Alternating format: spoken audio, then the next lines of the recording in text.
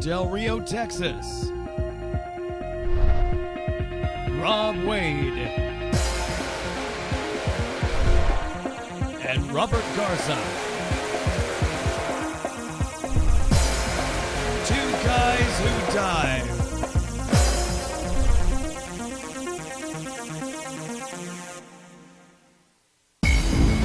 This episode of Two Guys Who Dive, recorded live Saturday, 19 October 2013. Episode 82. I didn't see that coming.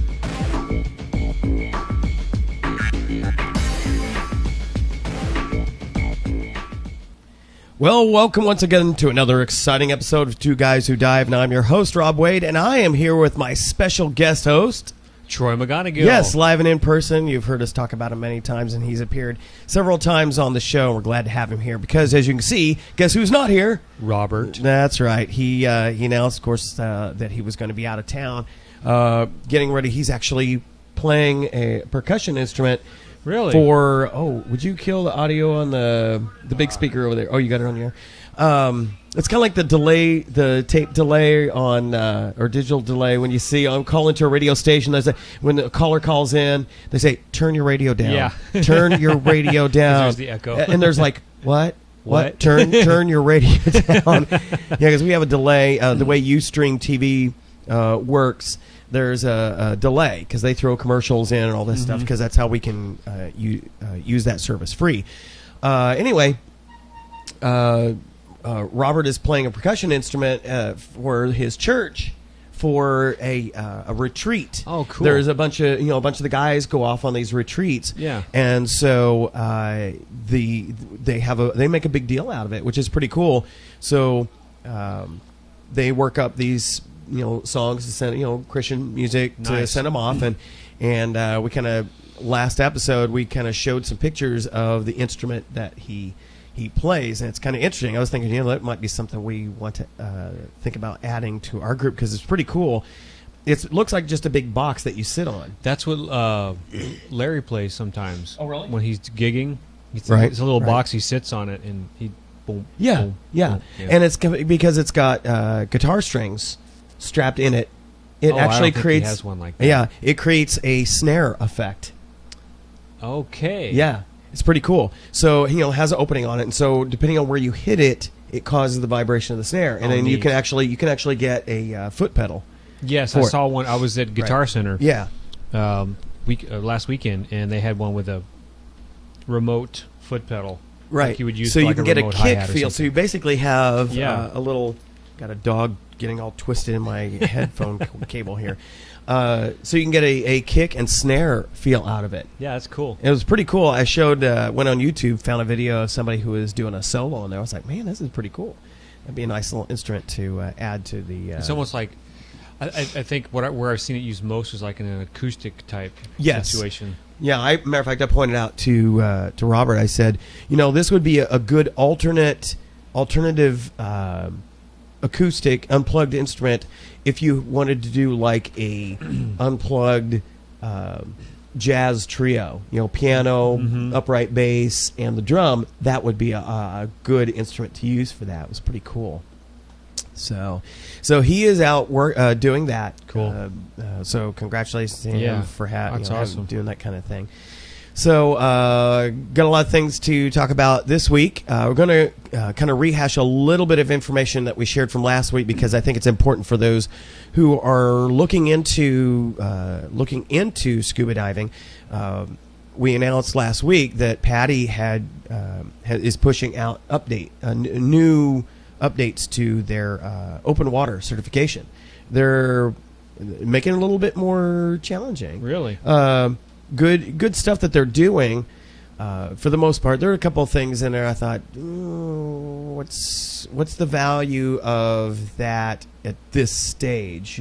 It seemed like there might be better.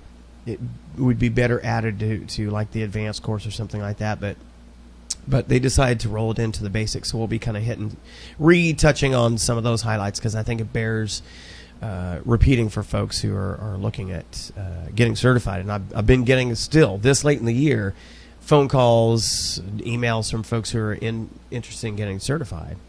And the lake is up dramatically. As a matter of fact, When was the last time you were out there? It's been at least 3 weeks now because of the weather has just basically kind of sucked. Yeah, we had some other challenges that kept us away from the lake. All sorts of stuff. Yeah, the whole deal with the government shutdown, which we're going to kind of touch on a little bit of that. Matter of fact, I was going to try to pull. Robert had popped out to the lake and sent me a text with a picture. I was like, cool. You've got to be kidding me. Let's see if I can. You do it recently? Yeah, I'm going to see if I can share this. Save to phone. On my Lumia 1020 phone. Yeah. Windows phone. All right, now I'm going to see if I can. Yay, Windows. Yeah, love it. Yeah, we'll be talking quite a bit about that today, too. Lots of news, big rollouts, a couple of rollouts, really kind of exciting stuff. And let's see if I can send this. Albums. Yeah, so what's latest with you? Oh, matter of fact, you know what? You went to see Gravity, did you not? I did. Okay. I gave my opinion of it because we saw it ahead of you. So why don't you, while I'm wrangling this photo here, won't you share with folks your impressions of the movie? Well, it was when it first kind of started, it kind of gave me, it kind of reminded me of like 2001 or 2010. It's kind of, it's quiet. There's not a lot of intense dialogue or anything there. It's there's periods of nothing, but overall, I thought it was a good movie. Right. I really was surprised actually that the overall message it kind of put in there. Well, okay, so what did you interpret the message to be? Well, I felt hopeful. Really? Yeah. Okay. That don't give up. Right. There's always a way, especially with divine intervention. Right. It's interesting. I mean, I guess we're talking about it since we've already seen it, so we're not doing any spoilers or anything. Right. The part where she's in the module trying to get back. What you mean on the Chinese when she was getting to the Chinese one? Yeah. Where pretty much all hope was lost, and then all of a sudden there's a knock at the window. Yeah. And there is. Now, what were you thinking about that? My first thought was, "Oh man, this is blowing the movie. This is blowing it for me. I am so okay. This is wrong." It was good. I enjoyed the movie, and I was enjoying it at that point. I was like, I had figured it out right off the bat as soon as when I was looking at Tara. I was like, oh, I said, I know what they're doing here. Well, I didn't get it at first, but then when the door opened, that was what even threw it for me even further. I was like, no, that's impossible. You can't do that. Right. And just like holding your breath. Well, what she did do, which is actually what they do teach astronauts to do. If you are in a situation where you may have explosive decompression, is to cover your eyes. Really? Yes, because those will be the first things to go. Really? Yes. So that's can you actually stop it by putting. Well, you can reduce the damage. You and certainly make it less messy. Yeah. But yeah. So direct pressure. Then after that transpired, and we were all realized that it was just as she's a going dream, out, or she's hallucinating, whatever. Yeah. However, it had that prophetic type thing for her. It encouraged her. It gave her it gave her hope to carry on. Leave the things behind. Let's keep going. And exactly. So I was like, okay. I'm not a huge Sandra Bullock fan. I'm not a huge. I am. Me neither. I'm not a very big fan at all of George Clooney. No. No. So first of all, I was surprised that I went. Yeah. I was the same way. Jennifer did not go with me because she said, "There's no way." I went with Neil. Yeah. I said, "There's no way." She said, "There's no way I'm going to enjoy that." When we got back, I said, "Yeah, you would have just passed out from." She said, "Anxiety." It's going to be another one of those. This is how she worded it. It's gonna be another one of those Tom Hanks movie with the ball where there's no talking and stuff. What was that? Castaway. Castaway. She said, "Oh God, I can't stand it." But honestly,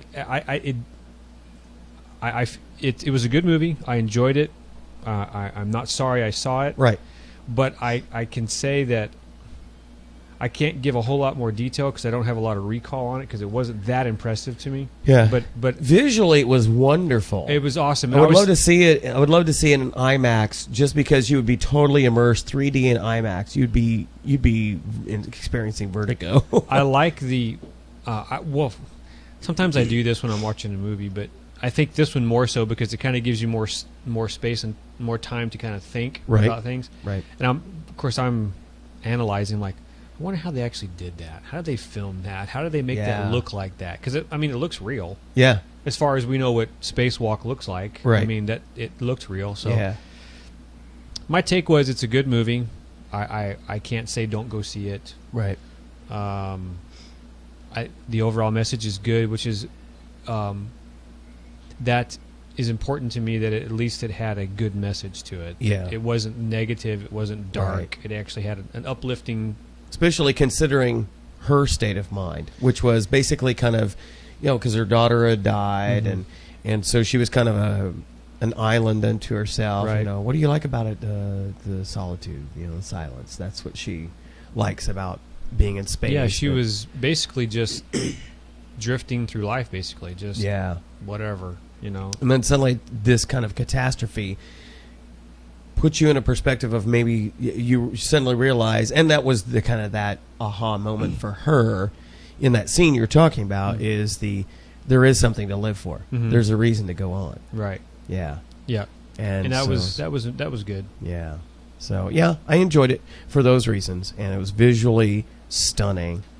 I put, as far as visual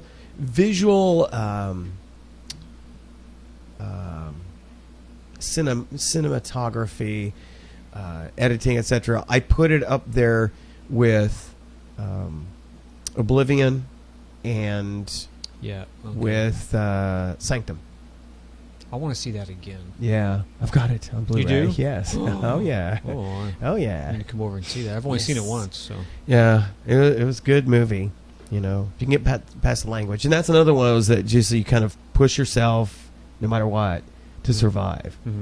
But just the underwater scenes as a diver, you're just like going, it's just gorgeous. Very exciting on top of all that. So, all right, so that's it for the review of Gravity. Did you see any other movies you want to talk about? Hasn't been really. It's kind of a dry spell until we get to Thor. There's Gravity's. I haven't seen that. That was the first movie I'd seen in a while. Yeah, I hadn't gone to there wasn't anything I really desired to see. Yeah. So really, I guess the next thing up is Thor, the second Thor movie. Actually, I can. Oh, my phone's in the other room. Well, you're excused to go get your phone. Yeah, because I have my movie list on there. My wife looks at me and says, "Man, you're," she calls me a geek anyway. So. Yeah. And I was talking to her about my movie list, and she was assuming it was a mental list. And I was like, "Oh no, I have a list. Actual list. It's in my OneNote. Yeah. Would you like me to share it with you?" Exactly. And it's got red checks next to all the ones I've seen already. And then you got a little rating system, just like Fandango. Yeah. I even have the dates when they're going to be released. There you go. On there. That's it. I'm going to excuse myself and get my phone. All right. While you're doing that, I will jump into. We had this weekend. We had Friday, as a matter of fact, the abrazo, which is the embrace or the hug or the grip and grin, whatever you want to call it. It is a excuse me while I fine tune my focus here. It's there we go. Sharper image. That's us. Anyway, we had the abrazo, which signals the ending weekend for the Fiesta de Amistad, which is a week-long celebration here in Del Rio, and was kicked off last weekend, as you saw if you watched the podcast, the netcast.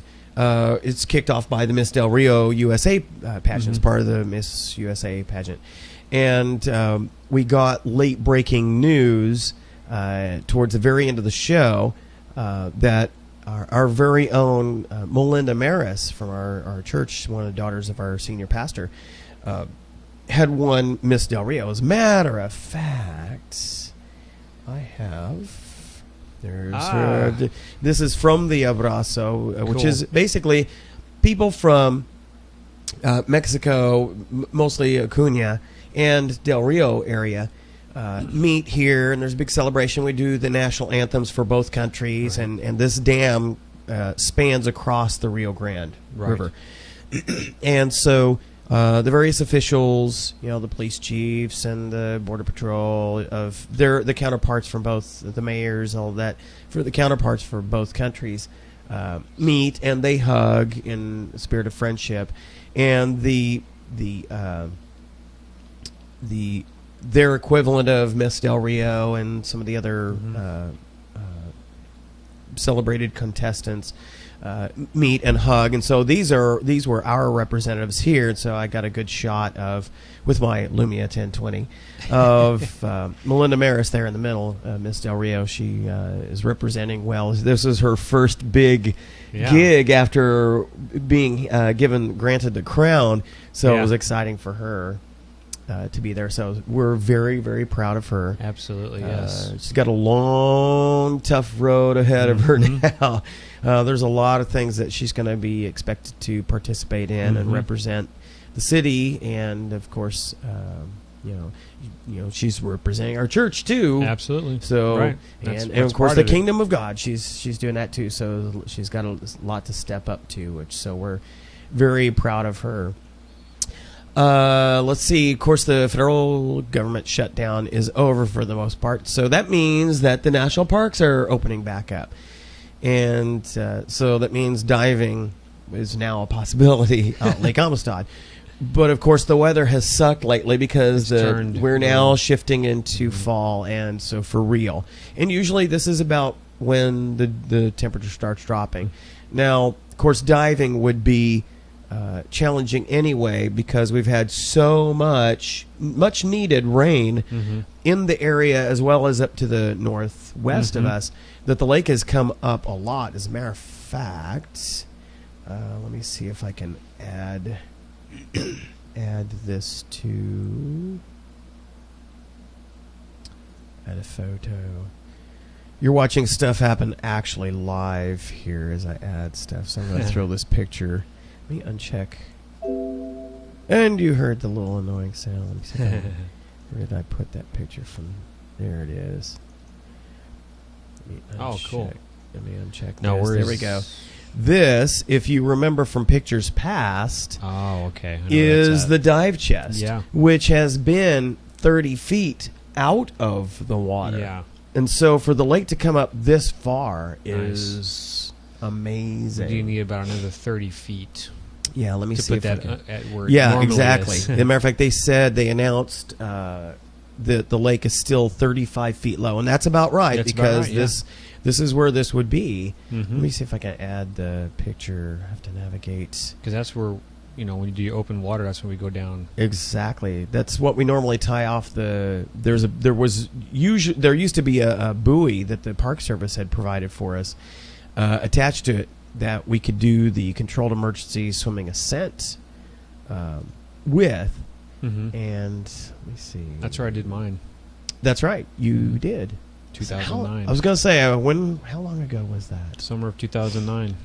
Hard to believe, isn't it? I know. What's, even, I guess, a little lazy on my part is it took me two years after that to finally get back in the water. That long? Was it that long? Actually, was I diving did I go diving last summer? Yeah, you did. I did dive last summer. Yeah, you did go diving last summer. This summer I did. This year I've done 2013. No, this is 2013, so it was 3 years. 3 years. 2012, yeah. Right. I'm trying to get one of the pictures I had. Lake levels. I thought I had other pictures of lake levels. One of the ones that shows the dive chest way up there. You shared one of those one time. I remember seeing that. I thought I had a really good one. I think this will work. Yeah, I think. Yeah, let me copy that one. Bring it over. Dun, dun, dun.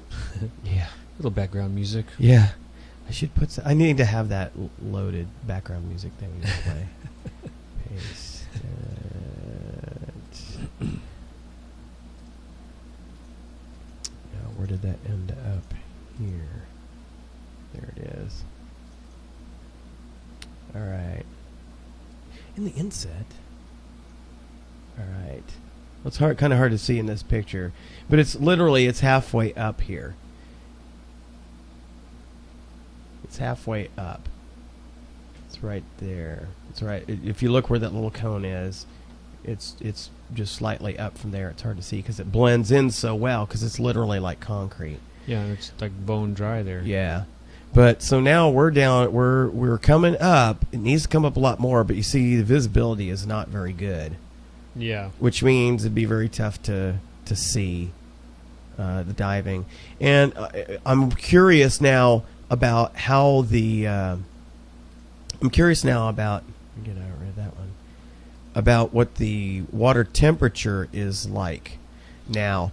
Because water takes a lot longer to change temperature than land does. Right, the air temp will fluctuate quicker than the water is. Right, and so land will release or grab a hold of heat up quicker. Mm-hmm. And you know that anybody who walks down the street on a sunny day, you'll quickly, if you walk in bare feet, even when it's cold, you'll notice that the ground actually is picking up temperature. It'll warm up much quicker. That was interesting.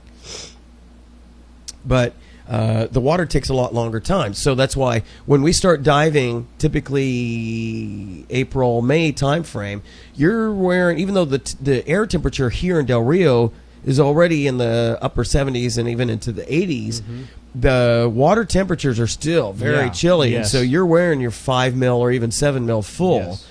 Until July, basically. Yeah. But that also means that right now, where the air temps are pretty kind of cool, like right now, you could get in the water and actually it's warmer than the air. So you get out of the water and you're like, okay, I need to get covered quickly because you get quite a chill. So, but also the challenge here is when you've had a lot of rain, that could be cooler water. So the lake temperature may actually be dropping fairly quickly if it's coming up that fast and cooler water is coming into the lake. So it'll be interesting. I need to get out to the lake and find out what's going on. But it doesn't look like the visibility is very good based on that picture that Robert sent us. I was trying to find on their website here, the National Park Service, if they list the temp, they list, of course, the water level. Right. Oh, well, that was weird. Did it jump out on you? Yes. There we go. But it does mean you can dive, so that's open. It's too bad, though, that it's happened. The government shutdown took so long to be resolved. Although I don't believe it was resolved to satisfaction. But I had a student that wanted to come down and get certified before she went on a vacation to Hawaii. I think she said couldn't do it. Yeah. Yeah. She wanted to come down actually the weekend of the 6th of October, and we said, well, lake's closed. But she's going on this trip the first weekend of November, so there's just no way to get her. So she's not here? No. Not in Delaware? No, it was out of Marathon, Texas. Wow. Yeah. Well, because there was nobody up there who she could get a class going. Nobody with. Closer? There are dive operations up there because we see them at Balmorhea all the time. Yeah. But because that's close to them. But unfortunately, none of those entities could do a class when she needed it. Okay. So. I see. And I was willing to do it except for the government shutdown. The shutdown. Yeah. So, and of course, unfortunately, I was not a fan of them backing down on the whole Obamacare thing. So socialized health care is now thrust upon us. And of course, everybody was excited. I mean, everybody on the left was excited that all right, healthcare.gov, everybody sign up. They've had only like 39,000 people. Or did they finally release a number? Yeah, sort of. That's what's kind of leaked out. But, the site is a disaster. Who didn't see that coming? I'm sorry, but I've never been convinced that federal government does anything very well, except for the military. And that's about it. Well, and even there are a lot of challenges. Well, that's basically their function. That's what anybody who reads the Constitution should understand, that healthcare is not part of it. Entitlements are not part of it. Unfortunately, we keep going down that pathway of Karl Marx and Stalin and Saul Alinsky. It's sad. It is. So yes, the healthcare.gov website is a unqualified disaster. Is it still faltering? Oh my gosh, today? yes. It's become almost comical to watch even the mainstream media that loves and worships at the feet of our president. They are even lampooning how difficult it is to get into the healthcare. Wow. So it must be pretty horrible if they're going to jump on the boat on, on the same wavelength as those who actually live in the world of reality. Yeah, it's absolutely a mess. So anyway, I'm not surprised at all. I did see that coming. Okay, and more fun news. Interestingly, an extremely rare, I'd never heard of this, a saber-toothed whale washed up on the shores of California. Evidently had been attacked. Whale. A saber-toothed whale. Do you have a picture? I have pictures. All right. Let us consult our screen region here so we can see this. Cool. So this is, see if it's got a bigger picture. Well, guess what it is. It's hard to tell with this, but if you look, this is the male and the female. If you look right here, thrust up from the lower jaw is a tooth, a lower jaw tooth that thrusts up on either side. Let me go back. Where do these animals exist? What's their... I guess they're in the cooler waters. Let me get back to... Here are some pictures of the one that washed up. Wow. Yeah, that's not one. There we go. Wow. And you can only barely see... I think this was probably a female, but the eye here is right here. This looks like where it was attacked by, I guess, what they call a cookie cutter shark. I'd never heard of a cookie cutter shark. I guess because that's what it does to it. I don't know. But anyway, this is right where the jawline would show. Let's see if there's any better pictures. There's another shot of it. I thought I saw. Kind of looks like a dolphin. And clearly they're about that size. They're about that size. Never heard of that. I've never heard of a saber. Yeah, I hadn't either. I thought that was amazing. Here's one breaching, and you can kind of see the tooth here. Wow. But yeah, that's about the size. They're about the size of a larger dolphin. But and obviously they're going to be it died. So they're going to be studying the skeleton, and because these are so extremely rare. I mean, a matter of fact, if you do a Bing search, you don't see a lot of pictures of them because they are so extremely rare. So will they? Now, did I miss it? Are they warm or cold water? Or I guess cold, because if it's California, is that it's where it was? Yeah, it was California. Okay. So that's all colder cold water. Yeah. So that was pretty amazing to see one of those. Cool. Yeah. In other news, DAN, Divers Alert Network, we're insured with them for our diving safety and for our trips. And it's a great resource. If you're not a member of DAN, I encourage you to look into it. Membership just to access their stuff is free. And they do tons of studies and reports. You can actually participate in some of their studies. But they also do they have a lot of, if you have insurance with them, you can access their services for if you if you suspect you might be experiencing decompression sickness, you can call them all over the world, and they will work with you, work with the doctors, work with diving operators, dive program operators, to get you help, get you to the nearest recompression chamber. That's it's cool. an amazing service that they provide. But they've got tons of studies that you can download or just view to learn more about the different things that the physiology, the physics. Just expand your awareness of new things that they're understanding about the diving experience. And so they have announced a new free video lecture series, which let me switch over to pull that up. So they've got at their site, and it's free, and it's ideal for like dive clubs or other kinds of seminars. You can just simply download or view these lectures, and you can see they've got a bunch of really great ones. Remote management of decompression sickness. Does CPR really work? Children and diving. Wow.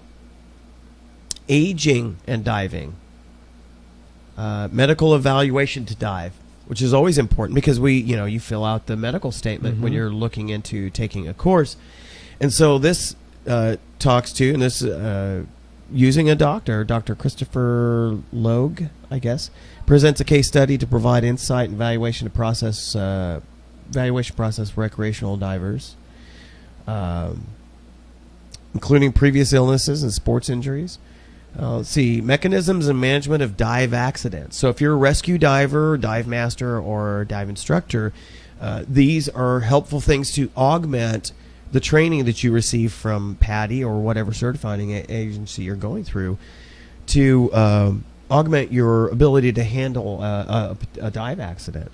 So are these, is this a video or? Yeah, video series. I wonder. I love that. Yes. There's some other websites that companies that I associate with my work that offer things like this for free that are very helpful. Oh, absolutely. Situational awareness. This is cool. Metacognitive approach to person and team safety. Wow. Do you ever multitask? Well, I will tell you, multitasking is worse than a lie. You don't actually multitask. We just switch tasks. But it's interesting when you see these kind of discussions.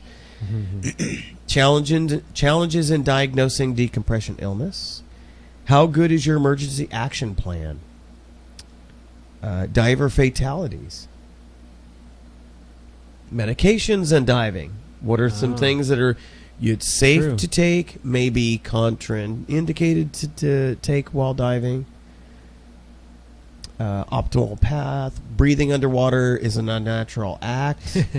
This would be great for somebody who is thinking about taking diving. That was one of my first thoughts before I started. I said, that just is not natural. Yeah, and you're right. It isn't natural. You got to get your head wrapped around some things first before you. So totally true. Pathophysiology of decompression illness. Oh, this is a good one. Ears and diving. Yeah. Yeah, because that's a challenge for a number of people. That's probably the biggest one. Yeah, I have run into students who have a more difficult time in equalizing. That's one thing I don't have any issue with. Yeah, me neither. I can even do it most of the time now without even without holding my nose. Right. Yeah, if you do it early enough, there's not enough pressure buildup that you have to do it. So just a wiggle of the jaw or a yawn is enough to do that. So I encourage you, if you are a diver or even just interested in diving, to go to Divers Alert Network. That's Divers Alert Network, all one word, .org, and check out their lecture series. It's free stuff that you can view and makes you a better diver. That's or really helps you prepare in case you are interested in getting into diving. It's very cool. Cool stuff. I love resources like that. And my producer and also wife, Tara, has returned from their little celebration. And Troy's wife, they're appearing in like silly little people. You should come in and just wave at people in our audience. That's cute. They're just cute as a bag of buttons over there. Yes. Interesting. Yes, and they can hear you. Right. They By can the hear way, you. the microphones are that They're good. very sensitive. Yes, we can hear you. They can hear you. We've geeked them out enough where we can hear everything. Yes, you can come around and show everybody your cute selves. And those of you who have seen previous shows, you recognize our producer and my wife, Tara. Yes. We're in that camera Oh, right in there. that camera. Yes. I feel like the dork that doesn't know where the camera is. We're looking at each of the... And then Troy's wife, Jennifer. We're still trying to work on getting her diving. But Yeah. she has a... Speaking of some of the things we were talking about with Divers Alert Network, medical conditions in diving, Jennifer has the challenge of asthma attacks, and so that can be a problem where you're diving because obviously what are the things you have to do underwater? You have to breathe. Yes. And so well, it's been my experience with diving that actual breathing off of compressed air actually opens up your airways. When I'm singing, I love singing after I've been diving because I'll get a good step or step and a half in addition to my range Wow. after diving. Now, it's That's not cool. the breathing while you're diving. My biggest issue is because of the whole aversion to not being able to breathe kind of thing. It's when I clear my mask and then all of a sudden there's water over my entire face. And that's a challenge when for a that lot little, of divers. Yeah, it you know, is. thing, that little self-preservation kicks in. Yeah. But- As a matter of fact, we'll be talking about reiterating some of the changes to the basic open water course that PADI is implementing that have to happen by July of next year. And they add more of the mask clearing bits Well, that makes sense. Yeah, they're That adding does make components sense. to the open water certification. to make it. Okay. Now, is it only the open? That's when you do the open water. Yeah. Or, yeah. Okay. Yeah. Yeah. Now there's indication they're going to be augmenting some of the other courses too, but that was the big one that had the most changes to it. So we'll be Interesting. talking about that. I wonder. So Do now they indicate I what? have to do it more than once. Oh, you had to do it more than once before anyway. Yeah, right. It's just now they've added more repetitions and more degrees of change to it. All right. We have the hairy divers. We're going to figure out how to Yes. get dogs to scuba dive. Well, I've seen pictures of and videos of dogs diving, but They don't I- look like they're having much no, they fun. don't look like they're having fun, and I don't know how in the world this is safe for them because of the whole equalization Yeah, thing. they See, that can't. makes They can't sense. hold their noses. You're absolutely They don't know to do that. So we're going to take our future divers with us. Okay. I'll get back to your show. Yeah. Okay. Say hi to the camera. Say goodbye. Hello. Thank y'all for letting us come in and say hello. Sure. See you later. That's all right. You want to come with us? Come on. All right, exciting stuff there. We had expanded the Wow. the program a little bit here. So speaking of that, some of the changes that PADI has added is they've rearranged some of the academic portions to make better sense in the flow of how they're learning it. They're no longer calling it no decompression diving; they're calling it no stop diving. Any explanation for that? Or just Well, their point, I don't necessarily agree with it, is their case is that with the exception of the safety stop, you don't stop you don't have the various decompression stops. But to me, I think my personal opinion is that no decompression really hits home what differentiates recreational diving from tech diving. Because with tech diving, you do the various decompression stops. Mhm. And you do have a safety stop. If you go below 90 feet or you dive within 3 pressure groups of the maximum time of any depth of diving. So you do have a stop under certain conditions. So I kind of have a problem with them calling it no stop diving as opposed to no decompression diving. I will probably continue to use, even though PADI standards will require me to use the terminology that they're going to. They can't stop me unless they specifically prohibit it. They certainly can't stop me from using older terminology if it still describes what is going on. And I think it's important to use the terminology. So I will say no stop diving, also known as no decompression diving. So they are also changing the nitrogen narcosis to gas narcosis. I don't understand the reasoning behind that, because it is the nitrogen that is the inert gas that does create the issue. So they're calling it gas narcosis. Any explanation for that? Not that I've seen yet. Just a random choice? There's got to be a reason. I'm sure there is. I just don't. I haven't seen one that makes any kind of sense to me yet. Interesting. They're both in the pool and in the open water. They're now adding some things that focus on good surface habits. Keeping the mask on, even when you're at the surface. Keeping either the regulator or snorkel in place when you're at the surface, and maintaining positive buoyancy, and also maintaining close proximity to your dive buddy. So if you have any problems, that's both above water and underwater. Weight trim is now added to the academics and the in-water. So even though I have always talked about it, because as I am explaining the gear, and you typically on the most modern BCs, you have pouches on the back for trim weight. Right. And I always talk about that as being, these are non-quick releasable, but they help you balance your shoulder to feet if your foot heavier or shoulder heavy. But I also touch on that you can add ankle weights if you really need to shift weight down towards your feet, that kind of thing.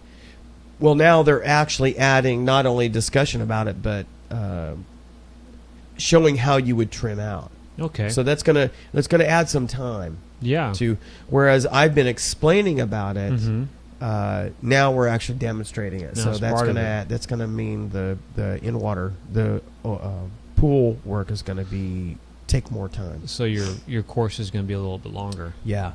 Which in turn may create a higher cost. Well, it potentially could. Yeah. It's something I have to consider. I have till July 1st of 2014 to implement these changes, which of course means I'm going to have to be purchasing all new dive cards, all new cue cards, and the updated manuals and teaching guides. So they'll be changing the packets then, I suppose, too? Yes. Okay. Let's see. Emphasis on dive computers instead of the tables. Really? Tables will be optional. Really? And that's okay. What do you think about that? I'm okay with that because we use the computers when I teach the class. Well, yeah, we do, but we still use the table. Well, yeah, and we do. You're still going to teach the table. I'm still going to teach the table because even if they don't use it, they'll have it. They'll understand that there are still some places around the world they could go diving if they're going to rent the gear that are using analog. Right. So you need a watch, you need the pressure gauge, you need the depth gauge. With those things and a copy of the dive tables, you can still dive. Even though I encourage them to get computers. And if all else fails, you still could dive if your computer fails and you still have access to a pressure gauge, etc. Right. So I think it's a valid consideration, as well as to me, it's an understanding of the technology and the physiology behind what your computer's doing. Yeah, I was going to say, I think learning that creates a more holistic understanding of everything. Right. Connects you more intimately, I guess, with the whole process of what you're doing. Yes. And I think it makes me more aware, right, of certain aspects rather Agreed. than just looking at the computer. I'm looking at the tables. I know how to do the calculations. I know how to, it does something for me that really, I think it's going to be beneficial, and I think it is beneficial for safety.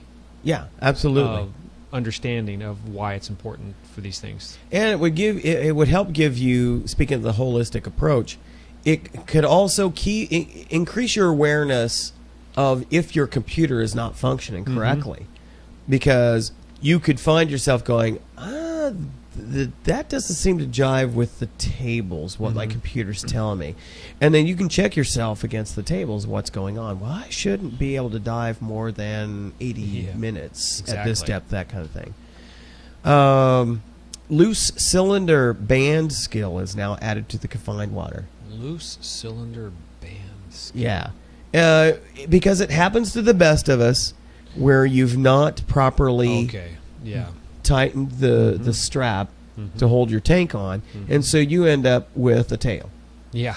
You know, obviously, with all the hoses connected, you're not going to completely lose your tank, but you could find it slide out of your tank band and be dragging behind you. And so dealing with that as a potential, because all of these skills really are supposed to be about problem solving. How do Right. you solve an issue that you could commonly deal with in diving? Makes sense. You can, any number of things can cause your mask to flood. You may intentionally flood it if you need to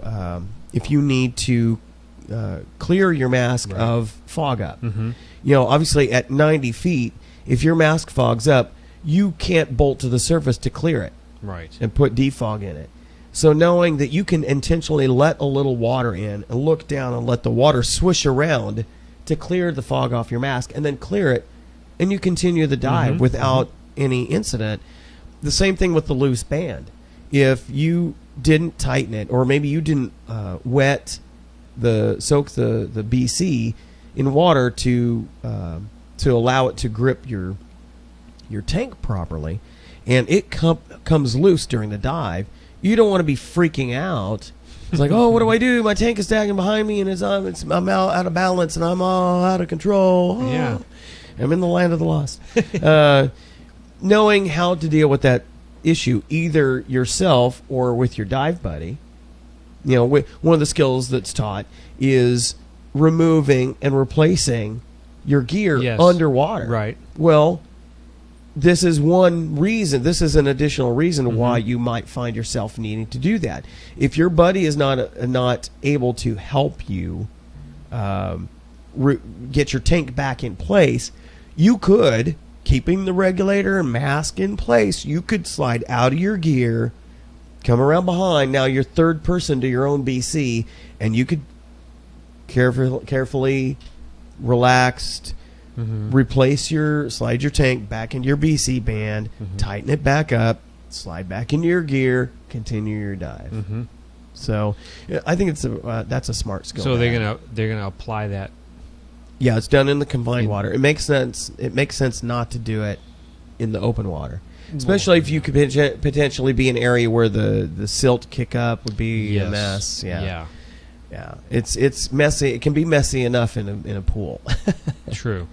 So I'm glad to see that one. That's a good one. They've actually added the full-on emergency weight drop exercise to the confined water, whereas we did the practice. Well, actually, you know, you could do the drop in the pool anyway, but where the requirement was to just simply remove it and replace it. Now they're actually, as you would do the real skill, if you had to get positively buoyant quickly, they're making it full on. You release the weights. Now, obviously, Really? you would do it in the pool. You don't do it in open water. Okay. And when we do it in open water, it is the removal and replacement. Okay.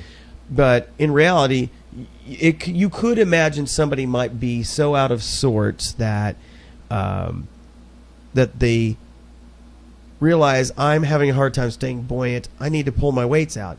And they've only practiced taking the weights out and putting them back in. And absentmindedly not realize, let go of the weights. You know, so they're wanting to include the actual release of the weights as part of the course. Air management skills. Now, this one is going to be interesting. I routinely would ask students, both in the confined water and open water, how much air is in their tank. So it gives them practicing the skills of how to tell me how much air is in their tank. Now they're adding a skill, a specific skill where they have to tell me how much air is in their tank within 300 psi either way without looking at their gauge. How do you do that? The idea being, if you ask them, if they're looking at it frequently enough, that I should be able to then randomly ask them how much air, and they don't look at their pressure gauge. They should be looking frequently enough at their air that they could tell me within 300 psi either way, up or down, where they're at.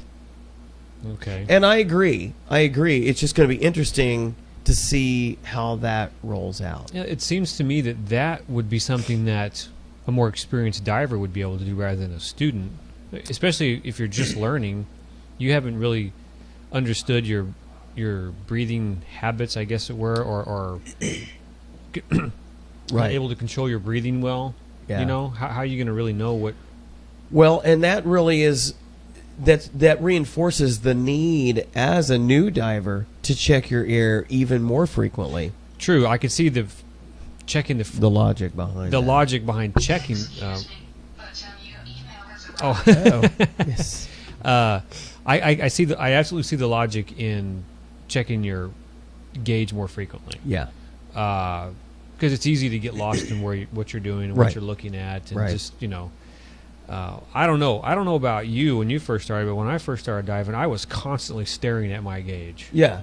Okay, I knew a lot of divers that they spent the whole time with the gauge in their hand. I've seen people do that. Yeah. We've been with even some of the dives we've gone on with. I mean, I'm not a super experienced diver. I think I'm pretty comfortable in the water, Yes. and You are. I've taken to it, I think, pretty well. I've been with some other divers that I've watched them do that. Yeah. They've got a death grip on their they're gauge. already certified. They've been certified for a Right. while. I mean, they may not have been diving that much, but they're like constantly staring at it, and Yeah. basically diving from their peripheral. Right. Which defeats the purpose Yeah, of the dive. exactly. Yeah. No, I understand that right off the bat because you're kind of it's a whole Yeah. new world you're in. But after a while, you should Yeah. kind of let that go. And that's one of the reasons why I like having the retractor on my gear, because it's right there, easy to access. And so I do check it very frequently, because even though I'm very, very good on my air, a number of things can change your air consumption. Colder water, a current. If I'm night diving, my breathing is different. If I'm diving with my camera, my breathing is different. So there are a number of things can impact Interesting. your consumption. So it's important to check your air on a regular basis. And anybody who's looked at my various videos, you see me even on camera. I'll pull up the gauge and look at it because I want to know where I'm at. It's easy to get distracted with things and not even be fully aware of your depth if you're not in Yes. tune to what your ears are doing. Right. That's one thing that I do. I'm checking my depth because I'm sometimes, depending on where you're diving, Right. what kind of objects are in the water or what you're near. Oh, yeah. You can easily not know where you're at Yes. because there's nothing around you to orient yourself. Exactly. So this whole long dissertation we've had on that, I'm assuming they've got that well planned out in the. Yes, and that's what I'm looking for. Have you seen that yet? Have they released any of the? No, I went online to try and okay. See what was available, and it hasn't been It'd be released interesting yet. to see. I'd like to see how they put that together. Yeah, which of course that's part of the additional expense. I'm gonna have to get the new teaching guides to see well what's their mechanism, what's their pathway, what's their standard work for how to teach. Because it may make more sense. Not that it doesn't make sense. We're grasping the logic, but it'll come together in a more fluid understanding by to see it. Oh, I to see how it's you laid teach out that, now. right? Okay, that makes sense. Exactly. Speaking of expenses, another thing they've added, which to me I think it makes sense for it to be part of the advanced course or the Adventures in Diving course. Certainly the advanced course, but they're adding it to the basic, is the inflatable signal tube use, and it's added to open water. Really? Yes. So that means I'm going to have to buy a bunch of signal sausages For all your students. for all the students. Which, I always dive with one attached to my gear. I actually dive with two. I have an orange one and I have a yellow one. The orange one is the basic one I normally use. It's the diver down, but the yellow one has emergency on it. So if I happen to be diving self-reliant, or what some people call solo. I have my completely separate alternate air source. I have a lot of redundancy, but what I also have is of course, I always run with my normal orange signal sausage, so somebody knows where I'm at. Mm-hmm. But I can release the yellow one, says emergency, if I'm running into trouble. So if they see both of those up, that's an indication that I'm in trouble. Mm-hmm. And so hopefully somebody is able to, there's a number of things that go into going diving self-assisted, but that's one of those things. So now they're adding the inflatable signal tube use as part of the skill in open water. So again, that's adding time to all this. That's not something I have previously taught, but I've read where a number of dive instructors have been adding that. I talk about it because I'm wearing it. And I explain, here's my gear, here's what I have and why, and what you should consider. Mm-hmm. So I suggest to students. Okay. But now it's actually being a requirement. So now I have to go buy a bunch of those and attach those to the dive gear. Yeah. You're definitely going to have to reevaluate your overall cost for the... Now they've added to Dive 4, buddy teams plan and execute the dive. So this creates kind of a challenge because I have to actually observe them doing it. It means now that unless they can dive as a group, I have to follow them each on their own dive, which adds time. Wow. See, whereas we would typically plan, here's what's happening on this dive together, Mm-hmm. and go as a group so I could observe all of them. Yes. Now it's done as teams. They have to plan them, and so I have to observe them. So the team plans, and then you observe the team. Yeah. So it means I'm out. I have to go with each pair. So if I have 6 students, that means I have to do 3 dives with them. Which that could mean additional tanks, additional air fills. Yeah. For me. For you. For me. For you. Yeah. So that's going to be interesting. That is interesting. I have to evaluate their safety stop on Dive 4. So when they plan these dives, it's the full meal deal. So it's the full check your watch, the 5-step descent, do the dive, 5-step ascent with included safety stops. So I have to evaluate that they're doing that. Which, I tell them anyway, your computer is going to signal you when you hit your point for safety stop, so you just follow it. So, and we do as a group, but now it's part of their actual Dive 4. Okay. Yeah, interesting. So obviously it means new manuals, videos, cue cards, skill cards, signal tubes, and all that stuff, and has to be implemented by 1 July. What's the mini dive? Oh, the mini dive is in confined water. They do the full deal. They plan, do the proper descent, dive around. This is where I can throw in a number of things that I can ask them to do. Okay, you're going to simulate. You're out of air, and so they do that. See if they recall all that. So it's within the context of a dive in the pool.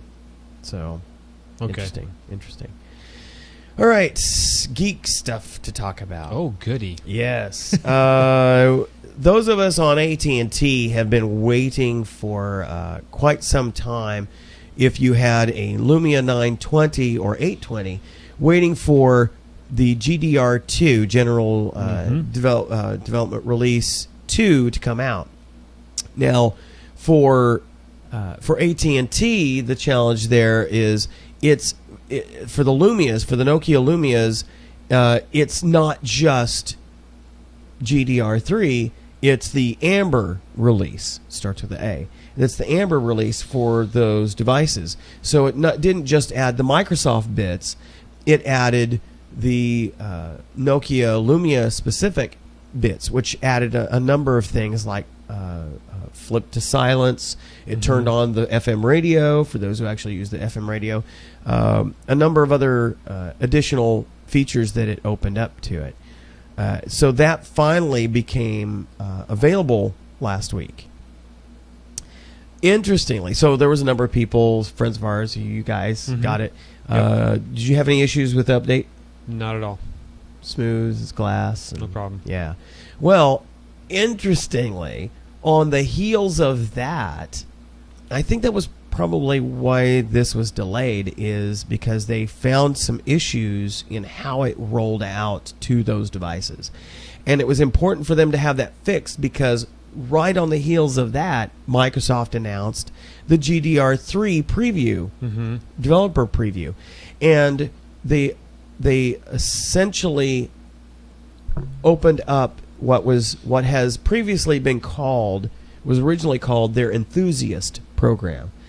See, a number of people had said, you know what, why can't we as seriously geeked users, why can't we get the updates just like we can load updates to our desktops now that we're on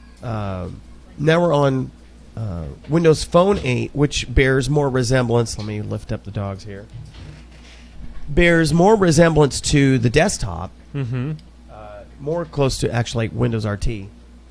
She went that way. Where's she went? No. Oh, she wants back out. He wants back out. Yeah. Come here, Ronan. Come here, buddy. Yeah. Say hi to everybody. There we go. You got to kiss the microphone. Yeah, okay. Why can't we get the updates over there without going through the carrier? Yeah. Well, really, there's been nothing stopping just the Microsoft bits Right. to go directly to the phone. It's the OEM, the original equipment manufacturer, and the carrier who has their pieces. Now, in the updates, that portion are for the OEM are what they call a firmware update that fixes or adds features or changes features, that kind of thing. And so for Nokia, for the Lumias, that was for GDR2. That was the Amber portion. So really, the update was Amber plus GDR2. Well, we knew, for those who've been following, we knew for quite some time that what Nokia has been calling the bittersweet shimmer, that is another color. So it starts with B, so we know A and B. Bittersweet shimmer has been seen in the wild on Lumia 920s and 820s and some other devices, and we knew that was coming as part of the new phones that are about to be released, the 1520, the 1320, a couple of other versions that are coming out. So we knew that GDR3 and Bittersweet Shimmer was going to be available on those. On the heels of the GDR2 being released, the Microsoft announced, guess what? If you fit in one of these three categories, if you have a developer unlocked phone, which means you purchased one that was actually unlocked as a developer, or you registered as a developer with the Windows Phone Store developer program, which used to cost, and basically anybody who writes third-party apps for Windows Phone, you're a Windows Phone Store developer. But that used to have a $99 a year subscription fee. And that allowed you to develop apps and submit them to the store. It would also enable you to unlock your phone so that you could install and test these apps using their SDK, their standard developer kit. Or this is the part that basically opened the door to everybody else. You had to be registered as a Windows Phone Studio app developer. Now, the Windows Phone Studio app developer program, basically you go to this website and you can create. You can only do this on one phone. Whereas with the other programs, you could do up to three, I think, phones that you could register for development. But you could go to this website and basically develop a very, very simple, basic app right on the website. And then you would say, okay, I want to now install this to my phone. And so you click on a link and it would install a little certificate on your phone via text or email. And then you install that certificate, and then you can install that app. Interesting. On your phone. And that's how I actually installed. That's what you did. That's exactly what I did. I did this a couple of months ago. As a matter of fact, so let me zoom in. I'll show what what I did. I created a very simple app for Ceti Fox Productions. And you can see the little thing here. I just click on it, and it comes up. And it shows about our Ceti Fox Productions. And it's got links for the different things that what we do, arranging, netcasting, theater, Two Guys Who Dive. And then it's got also specific information about myself and Tara. So you can click on like Rob, and it brings up details about me. That's Shows a awesome. picture and everything. That's cool. Really, really simple. I mean, it's not difficult at all. And it creates as much time as you want to spend on it. And it also connects to our blog, Ceti Fox Productions. So as I'm doing stuff about like our theater productions, which I had stuff about Curtains and now about Remember Me, which is a show that I'm working on right now, you can go right to that and look at the blog post and see what's up about that. So very, very simple, very easy. It's all template based, very easy to do. I mean, anybody who is an enthusiast for Windows Phone, you could create one about Quattro Mac, whatever. If you could, you can do one that talks about your favorite movies. Yeah. You could put your movie list on there. You could do a cool thing about that. There's all sorts of stuff that you could do. Favorite restaurants. Very, very basic, kind of fluffy apps, but it gives you kind of experience doing it. Very easy to do. Costs you nothing to do it, and unlocks your phone. Well, guess what? That's one of the three things that now allows you to install GDR3. I see. So the process then is you go out, you be one of those categories. You have to have GDR2 already installed on your machine, on your phone. And then you go out to their website and you install the Windows Phone Developer Preview app. And it's just a simple thing that basically turns the ability of your phone, turns on the ability of your phone to access the developer preview. Okay. So at that point, then once that is installed, you just go out to your settings and phone update, and you'll see, you have an update available, and so it lets you install GDR3. Now it's just the Microsoft bit, so you get the additional features that GDR3 does, but it's not the bittersweet shimmer.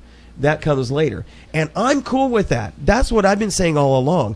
I don't feel like I have to. Why should I have to wait for the OEM bits or the carrier bits if the Microsoft bits are available? If none of those things in the Microsoft pieces require a firmware update from the OEM or something from the carrier, why should I have to wait for those? Yeah. I don't care if I get the Microsoft bits now and then Nokia's bits come later, because almost exclusively the OEM features are based upon what the Microsoft bits updated. You update the engine and now Nokia can do some cool stuff with it. All right, cool. If Nokia's not ready with their stuff yet, if they're still working with AT&T to roll out the features unique to that phone or those types of phones, let me enjoy the Microsoft bits while I can. Let me enjoy those first. And so that's what this program lets you do. Hopefully enthusiast. That's foreshadowing for future. I think so, and I think that once they see the popularity, which it's been popular already, it's just a week out, and it's just been insanely crazy happy users out there. Some of the things that it adds, and the feature list is actually pretty cool, and that's just the Microsoft bits. Just waiting to see all how much of the rumored stuff coming with Nokia's bits add to it. But it adds some of these features are not a big thing for me, but I know a lot of people it's a big thing for. Screen rotation lock. So if you're reading something in bed, and this is a feature that I think is available in iPhone and Android. I'd like to have that. It's not a big thing for me because it's always oriented the way I need it to be. I don't need it to lock, but you can now do a screen rotation lock. Now, what a friend of ours, Noah Jones, complained about when because he had joined the Studio, the Windows Phone Studio app program. Yeah, because he built an app. He built a little app, which is cool. He complained that the screen rotation lock was buried too far into the settings, that it needs to be something that you could access quickly. Well, interestingly, within 24 hours, somebody had already created a shortcut. So you can install it as a tile, and so you can access the screen lock right from the start screen. Nice. Yeah. Within 24 hours. Yeah, I could see that. Having it too deeply embedded, Yeah. it makes it not worth having. I mean, well, it just Well, it just means you have to go through settings to Right. the display to the right. to Make get it to easy. Make it easy. Yeah. So somebody added, already created within 24 hours. Which is good. That's Old, cool. that's I try to encourage third party developers as much as I can. Mhm. So that was so cool. Now you have a way to exit, and again, people are so hung up on having to exit apps. The Windows Phone operating system so expertly manages memory that's not an issue. But there are people who are so OCD that they absolutely have to exit apps. So you now, do I have a number of apps started? Yeah, I do. All right, so now what you can do, and I'll zoom in again, very easily. So up to this point, you have your start screen. If you want to see apps that are running, you just press and hold the back button, and you see any apps that you have running. Well, what they've added to this is now an exit button. It's hard to see. Yeah. There's an X There's a top. now at the top right. screen, and there's a little miniature version of what your tile is for that app. So you know which one that is on your start screen or in your app list. Cool. So all you have to do now is, see if I can do this without looking. You just click on the X, and it makes it go away. Which I don't see any. Personally, I don't see any value in that. No. I don't do that now. I don't either. I mean, I don't have any reason to do that. Right. But that's been a thing people have been absolutely insisting upon because they can't get their heads around letting apps tombstone themselves. Yeah. But that's a feature that's in there, and people wanted it, and so Microsoft is listening. They've added support for larger screens. So, and obviously and it need to be out there because Nokia is coming out with their big Right. 6-inch, Yeah. 5 and The- 6-inch. The phablets. The phablets are coming out there. I think Also, is and those funny. are high. Yeah, and also because those are higher resolution. Now it supports the 1080 screen resolution. Support for quad core processors because I think the new 1520 is supposed to be a quad core. Cool. The drive mode is added, so you can actually disable it through Bluetooth. It can automatically activate drive mode so that when it pairs with like your car stereo type thing, that it disables phone texting while you're driving. Now you can obviously turn those features off, but so basically it makes it more safe driving environment. A lot of the newer cars have, a lot of the Bluetooth stuff built into when you buy them. Right. And you can set it to sync with your phone as soon as you get it within range of it. They don't have to be in the car. Right. And you can actually do the voice commands that way. Which for Windows Phone is very good. Right. Like a friend of ours, she bought a new car, Bobby. Yeah. And she said she can easily have conversations when she's driving. Yeah. And because she's got a Windows Phone. Right, She's got a 920. and it pairs with her car. Right. She's got the monitor on the dash, and in the middle of the dash. Right. And she can text. She can. Because it's all voice control. Yes, all voice the way control. Windows exactly. Phone works. Yeah. Which I think is awesome. So Yeah. that drive mode in that case wouldn't be necessary because Right. your hands free anyway. Yeah. Yeah. I think I'm assuming that's the point of that. Yes. Which Yes. I can see that makes sense. They've added more accessibility features. Yeah, I read about that. That is pretty cool. I Yeah. kind of played with it. It can be annoying, but what it does, let me see if I can get it going here. I actually was reading about that, and I was like, and then I read some blogs. I mean, some reviews of certain things, and then there's comments at the bottom. Actually, the articles, I guess they were blogs, Right. and then you get the comments at the bottom. And there was one gentleman talking about the accessibility features, why he didn't have a Windows Phone. Now, this was prior to this. Oh, that was his complaint? His Really? complaint was accessibility features because he was well, I think he was blind, and there were some things that he needed to have that, apparently Android and the others had that Windows Phone didn't have. Well, and I kind of find myself wondering I guess you need all the audio features if you're blind. You need it to tell you that things are going on. Mm-hmm. But I find myself wondering, how useful is that even still?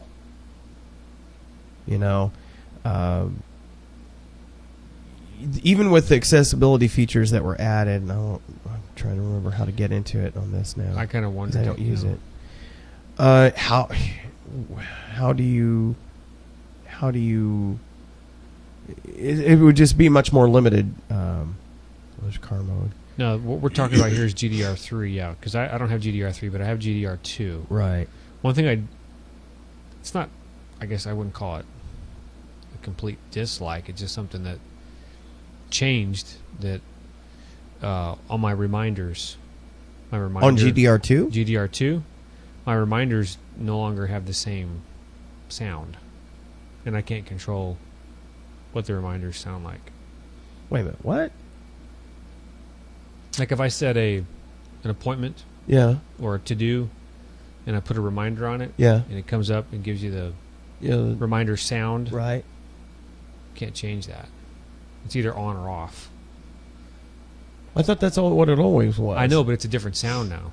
Oh, but I thought you could change. Wait a minute, I thought you could change it within the. I should I'll have grab to my look. 920 because I haven't updated it. Pull yours up. Look, what do I... Go into your settings, Okay. and then Ring- look at your ringtones and ringtones and sounds? sounds. Yeah, Mm-hmm. and then look for reminders. I thought there is a way to change that. It's either on or off. There's no... You can change your email. You can change your voicemail. Was it not that way in GDR1? It was the same way, but what I'm saying is the sound now is Oh, it's a different it's sound a different than it sound was. than what and it so- was. Well, I've already become accustomed to it. I mean, Right. I know what. Well, GDR3 changes that for you. Okay, good. Because you can now select it to be whatever you want. Good. That's. I want as much control as possible. Yes. So, as a matter of fact, I will demonstrate. When is GDR3 going to become universally available? Probably at the same time that Bittersweet Shimmer is So that's like released. January. It might be December, but I've been reading January. it's so easy to get access to GDR3 now. Why wait? So you can create now. It's pretty much wide open. You can create any tone you want. It's basically added as a ringtone. So when you're connected with your desktop, and you bring up the Metro app for Windows Phone, Mm-hmm. and when you wish there was a way for me to show that here, but when you have the Windows Phone Metro app up, there is a link where you can say add to phone. There's a little part of the screen that says add to phone, and when you click on that, it gives you option music, photos, I think documents, ringtones. When you click on ringtones, then you can add wherever you've got your ringtones saved, whatever the file is, and then it adds it there. So it can be any sound that you want, WAV file, whatever. And then it shows up as one of your ringtones, and you can now select that as part of your text. So, for instance, now I've got when I go into ringtones and sounds, switch back to the zoom in mode here, I now have all these new options for changing the new text or IM, new voicemail, new mail, and reminders all have their own settings. That's and good. so I went to somebody on one of the websites had pointed out that AT&T has a website where you can create text to speech sounds, and you can select the language and in many cases male or female voices. So I selected a UK one, female. Mm-hmm. And so now I've created a bunch of texts, different messages. And so if you go into the People Hub, you can now not just add a custom ringtone, you can add a custom text tone. So when I get a text, from Troy McGonagill, do I need to text you, or can you play a? Yeah, go ahead. You want to text me? Go ahead. Play a sample. Or? Yeah, go ahead. So when Troy texts me, here's what happens.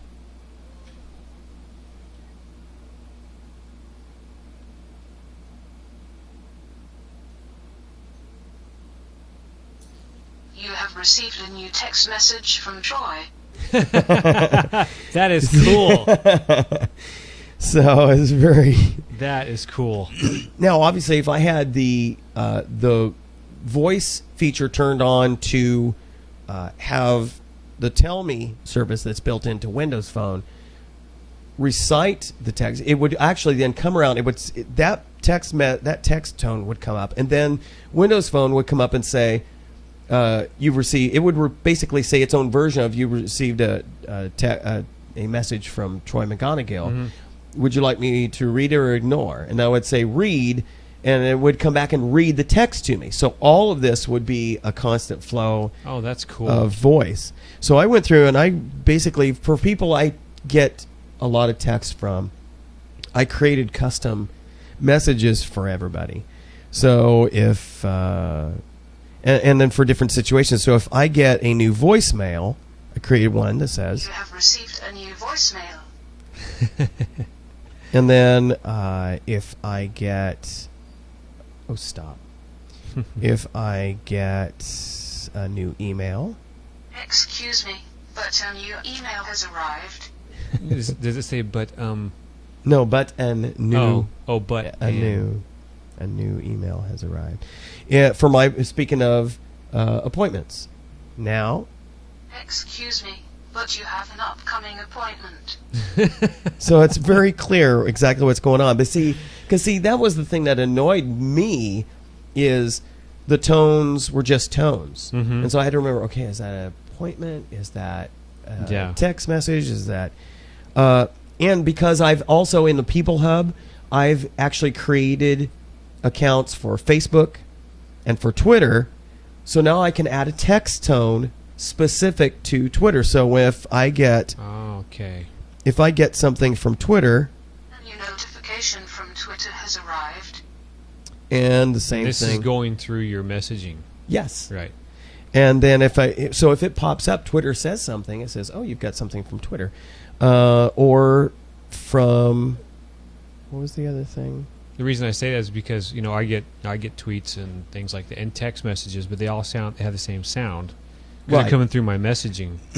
Right. But it's a bit, whenever you get something that comes through, it's not the app that's opening, it's just the native messaging. Because I've added, because the different services that send you things have a special code that they use. You can add that code as if it's a phone number. Phone number, right. And so I've done that with Facebook and with Twitter. And Twitter. So, for instance, if Facebook sends me something. "You have an incoming notification from Facebook." That's cool. Facebook. Now, are those default things, or did you type out how you want? I went onto the AT&T text to voice message or text to voice site, and then I kind of played with different arrangements, and I type in the word, and then I tell it to create it, and then within a second or two, it gives me a link to download it. So then I download the file, and then it's very, very plain. It's in mono, so I actually brought it down, and then I used Nero's wave editor, which is free. Nero's wave editor, bring it in, convert it to stereo, and then create a little bit of an echo effect, so it's not as plain Jane. And also, I boosted the volume, because the voice messages that when AT&T creates it, is kind of low volume. So I bumped the volume up and make it stereo. Are you actually typing in those different phrases that Yes. you want to say? Okay. Yeah, and so I save them as so they're each all separate tones. If I get even for my house, I've got a People Hub account for my house. So when Tara or I change or anybody who has access, like you guys have access code, if somebody's doing something with our alarm system, then Excuse me, but there is an incoming alarm system notification from your residence. That's so cool. so I know exactly what that. The beauty of doing this, it's a little bit of painstaking work to go ahead, but because GDR3 allows me to do something that basically you've been able to do with iPhone and Android, but now because I like not having I like not having to look at my phone. Yes. The beauty of Windows Phone is there are so many things that can do without you touching it. So depending on how you have it set, now I know it's because of these custom text tones. I know exactly what's happening from whom, unless I've not defined it. And I can choose to react to it or not without even looking at the phone. Mm-hmm. That's what I love, is I am not forced to pick up the Which phone. kind of falls in line with the whole live tile idea. Yes. And then also some of the way that they've configured things that doesn't require you to go to an app to do some things. Yeah. Like for posting updates, I can hit all my social media from one place. I don't have to go to separate apps to do Twitter and Facebook and all that. And exactly right. I'm sure there's other devices and apps you can install to do that. But go ahead. I like the fact that it's native or set up that way for me. Right. Now, and additionally, that feature that is now enabled allows these custom messages. Developers can now create custom voice notifications built in. Whereas now we have the toast that pops up on the screen. Right. Developers can now modify their apps to make an actual custom voice thing or tone or whatever that goes with their toast. Okay. Which is way cool. So in other words, where right now the Twitter app actually does come up itself and put a toast up there and has its own little icon and everything. Right. Hey. They can make their own custom tone that's built in just to the app, or voice tone or whatever that's built in right to the app. So when the toast pops up, it tells you that Twitter has got a new notification. And they could go so far, if they really want to develop it, they could go so far as to have it read the toast to you. Cool. Yeah. So it really... That's going to do all kinds of things. Oh, yeah, absolutely. Absolutely. And with all the things that they're talking about that's coming with Windows Phone 8.1, namely Cortana, which is the new meta-aware voice system that's integrated with Bing and it's supposed to be Siri and now Google's Now, that on steroids. That it's so tied in with, it's so aware of you that it accesses everything and pulls together information, and so it becomes much more intuitive. It anticipates you. Cool. And talks to you. So I'm like, oh my gosh. And there's rumors that it's going to be integrated with Windows as well. So your experience, not just with the live tiles, not just with your settings, not just with your apps, but with your ability to communicate with your devices, it will become ubiquitous going from device to device. That is cool. And I'm like, there is just no, that's it. That's exactly where we need to go with it. Now, speaking of Windows 8.1, let me hit just a couple of the other remaining features with GDR3. Bluetooth tethering. I've not tried it out yet, but now you can either tether via Wi-Fi or tether via Bluetooth with your device. So as long as your device fully supports Bluetooth, I guess 4.0, what's the reason for that? Well, because you may have a device that has Bluetooth but not Wi-Fi on it. And so if it does, then you could actually use your phone as the tethered modem Okay. for a device and just connect to it via Bluetooth. Cool. So, improved storage management, so you can actually see more detail about what's using your storage, and better control over some of the other storage that is kind of like the temporary files. You can clean that out. Right. And some people have That's gotten only a full gigabyte. That's only in 3. Yes. Yeah, not 2. Because I didn't see that in 2. Yeah. I think that Wi-Fi access is available during setup. So if you get a new phone that has GDR3, you can do all of your setup and everything via Wi-Fi. Yes, I did read that. It doesn't Yeah. require the Doesn't require your SIM. the SIM, Yeah. which kind of falls in the same world as the 520 Right. or the 520. Is the 521? Is it unlocked or just the 520?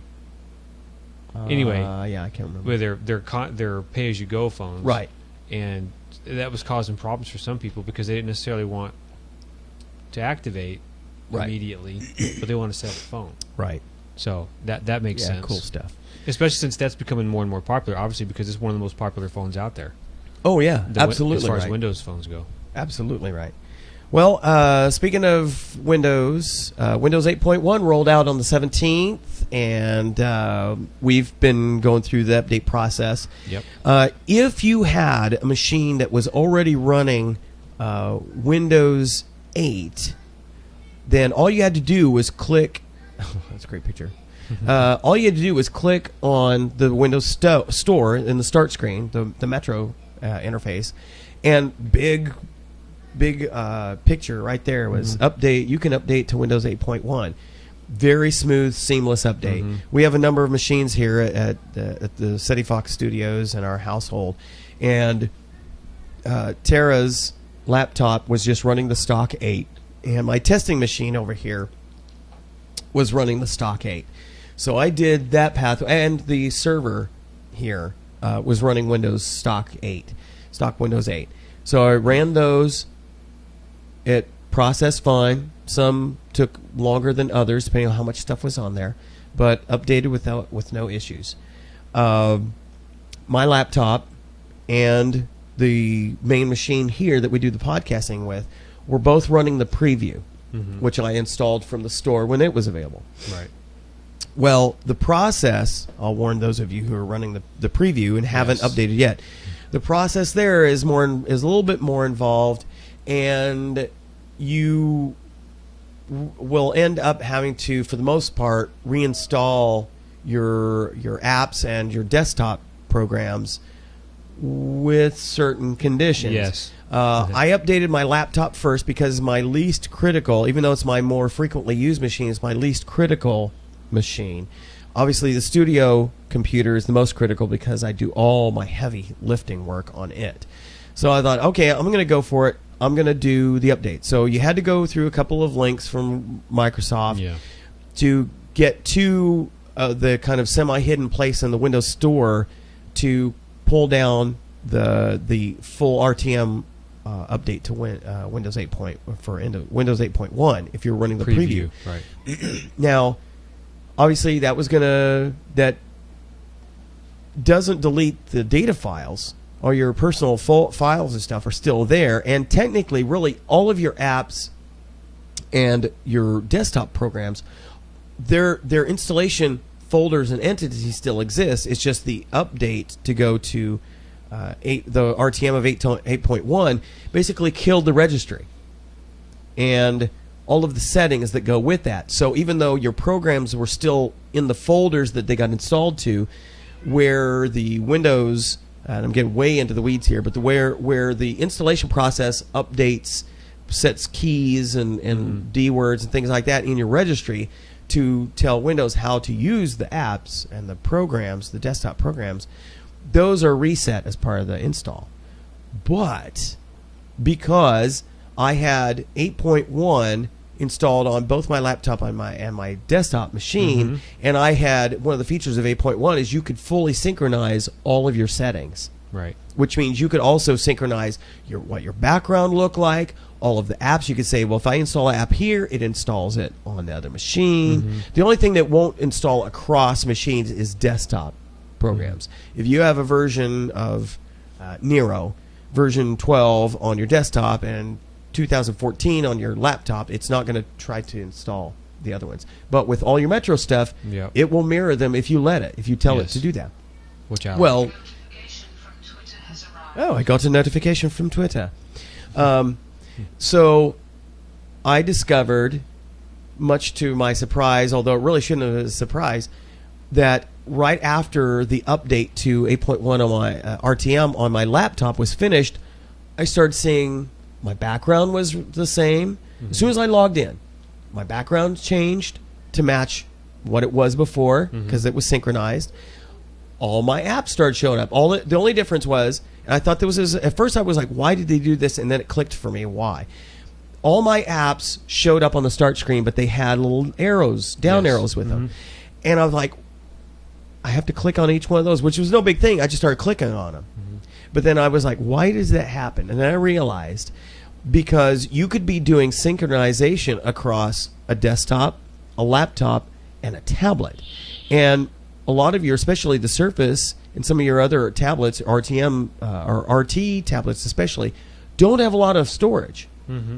And you could potentially have a bunch of stuff on your desktop that if you tried to, if it automatically grabbed all of that and threw it onto a very, very low storage tablet, you'd choke your device. So what they were doing was allowing you to choose the items. It says, okay, you said synchronization's on, and these are all the things that this wants to put on there. Do you want them all?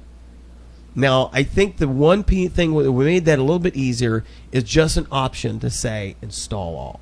Yes. Just click one thing instead of clicking all the tiles and just letting them install. But still, that was a great compromise. So I clicked on all those and I just let it do its thing. I could still use it. So it was installing all my Metro apps. So all my settings were there. All my printers showed up. All of that was there. My SkyDrive interfaced, and 8.1 RTM solved a few of the nagging issues I had with the preview. One of which was the photo app only saw my library. But because I changed my SkyDrive to not use the default location for photos but instead to use my SkyDrive folders, how I'd set them up for pictures, I could not access any of my pictures from the photo app. 8.1 fixed that. So now if I bring up the photo app, which I know y'all can't see this, but I'm showing Troy here. If I bring up my photo app, now it lets me select There you go. from the SkyDrive or the pictures library. The only thing I don't like about this, I really wish that it allowed me to add this PC. Because I have other places that I do have photos stored. Right. But it does now let me choose between my pictures library, which it now properly sees, or my SkyDrive, which I may have other pictures stored in. Nice. So, nice fix there. It's evolving. So, a number of things were fixed. And there's just a whole slew of changes. All the core apps have been dramatically improved. Even from the 8.1 preview, the Mail app is tremendously better. Yeah, I have to say that I wasn't really using that until we had a conversation the other day, and that's nice. It is As a matter great of fact, improvement. I'm going to start. I've familiarized myself with it now to the point where we got new computers at work. Yeah. And I'm going to make sure that that's something that everybody understands right from the get-go. There's a virtue to it. And if you start using it there, it'll make it easier to adapt to the tablets when they come out. Right. Especially if you're getting an RT type tablet, which those are starting to come out in droves now. I've been seeing some of these new ones coming out like $299. I know. I'm like, Dell's got a Pro one coming out, though, for $499. Yeah, the Venue. They've brought the Venue back. Yeah, $499. Yeah, that's really. I'm still looking hard at the Surface Pro 2. is looking real attractive, but I can't get past the $1,000. price. Yeah, I that's can't the get hard past part. That's what's the roadblock for me. Yeah, so I'm still, but there's so many things that are potentially open with the new what they're doing with the touch covers and type covers. Mm-hmm. Which that venue is almost like that. Did you see that? No, I haven't seen what they're doing with It's a type cover, and is it a type? They have the touch and they have the type. I think it's a type. So it's got a little bit of a tactile. It's funny. feel. It looks like the Surface when you look at it in the picture at first. Yeah. I was like, is that a Surface? No, it's If I the can venue. do a Bing Because search. we were considering tablets. We just upgraded our computer infrastructure at work, our desktops, and then we were strongly considering it. As a matter of fact, the only option we were going with was a tablet of some type. Here we go. Dell Venue 8 Pro. But now we've decided to go with laptops. Is that what you're talking about? Yep, Is this that's the one? it. No, that's not it. It's not? Mm-mm. No, it's not the venue. It's called. Oh wait, that's it. Yeah. Oh, in the far right there. This one? Yeah, I don't have my glasses on. Here. You see how it kind of looked like a. That was weird.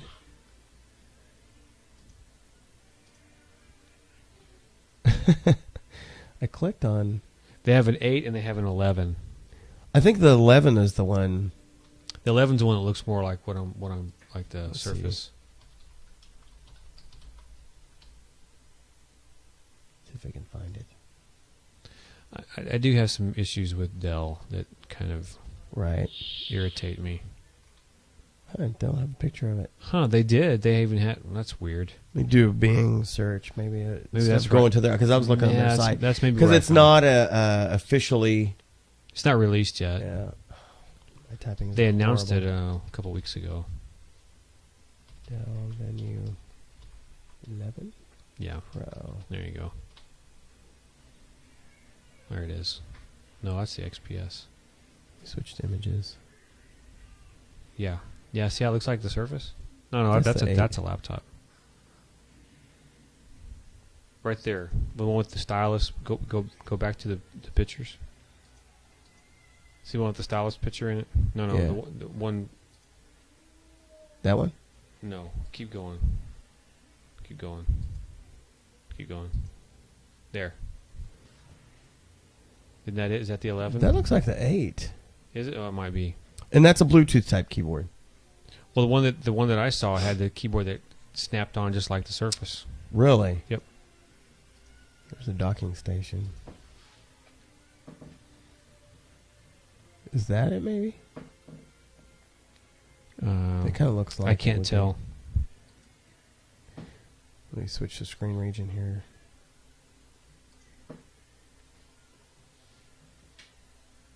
Yeah, I think that's the 11 Pro right there. So the thing is, if they get the prices down to the 300 and 500 range, I think that's where it's really going to grab people. The price is the one thing that's holding me back. On the Surface? Yeah. Same here. But the features of the Pro 2 are just so fantastic. I may, sell your children to get to get one.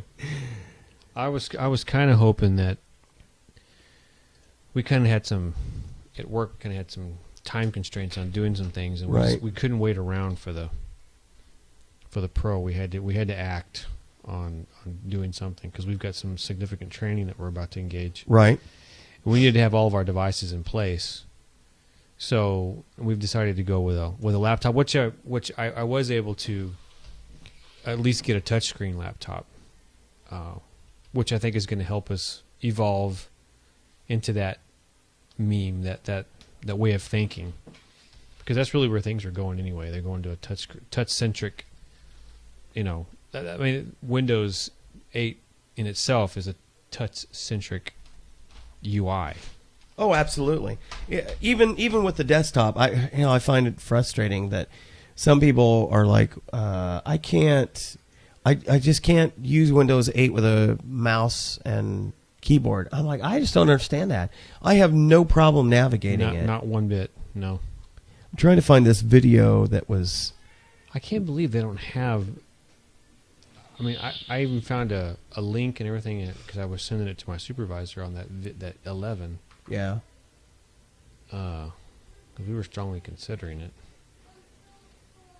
Which I think for the administration part of our office, they may end up going with a tablet.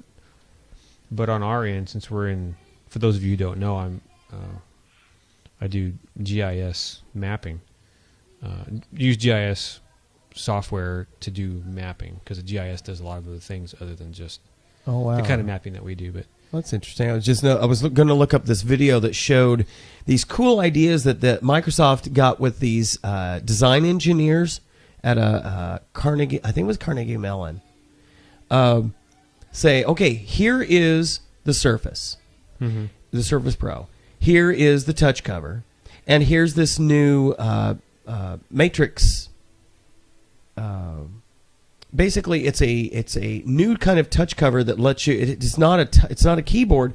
It has like virtual faders on it and stuff like this. Basically, it's like a DJ thing. I've seen that. They're like, here's another way you could use this because what they've done with the new cover is it's nothing more than an intelligent pad of sensors, not specifically defined for anything. It's just an array of sensors, a matrix of sensors. Mm-hmm. So you can put any skin on it that you want, and then by your driver or by your app, make that cover do what you want it to do. So they said, okay, if there was no limitation to what you could do with this cover, you could design it to do whatever you want because all it is a bunch of sensors.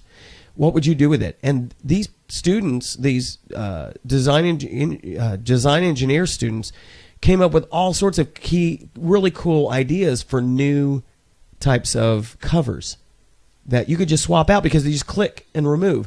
So you could just bring, because they're so thin, you could swap it out for anything. Somebody came up with a fold-out keyboard, actual piano keyboard, virtual keyboard. Oh, wow. So you just click it in, and now you could be working on music as a keyboardist, as a piano player. That's cool. Somebody did one that turned it into, it just became like a palette for artists.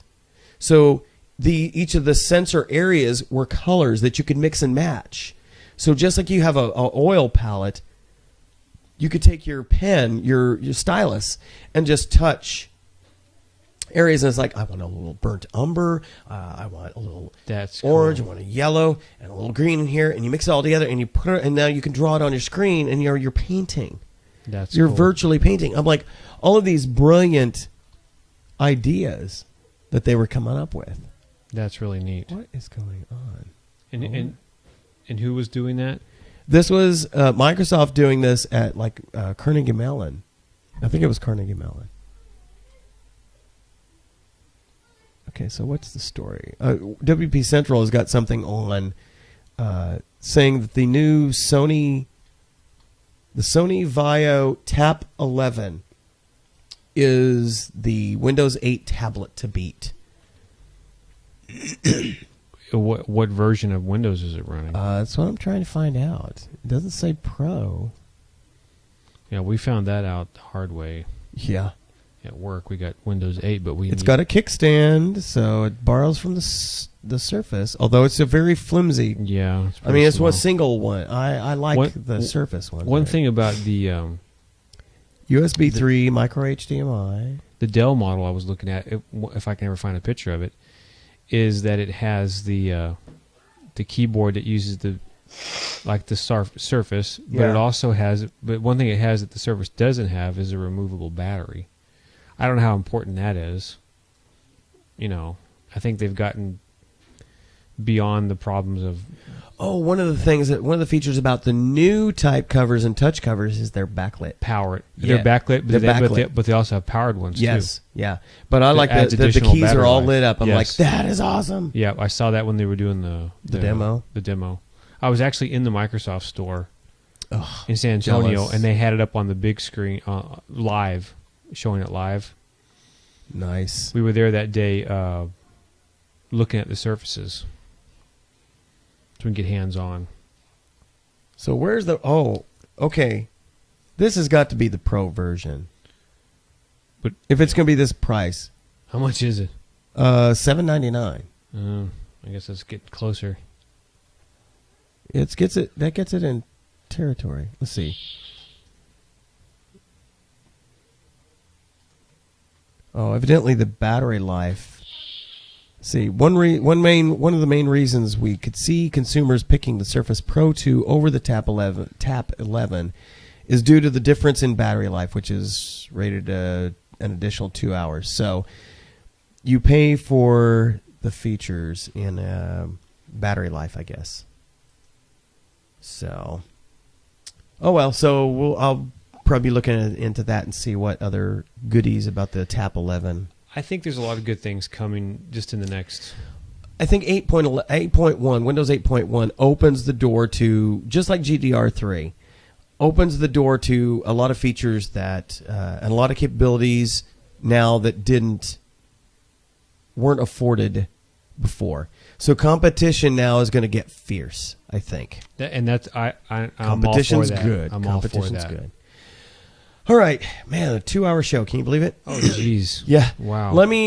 Let's run down a couple of things. I spent today, which you came by to see. Yep. Your family came by. Yep. We spent today building set for our upcoming production, Remember Me, which opens the 1st and 2nd of November and then goes on to the 8th and 9th. So it's the first 2 weekends in November. And we're coming along pretty good.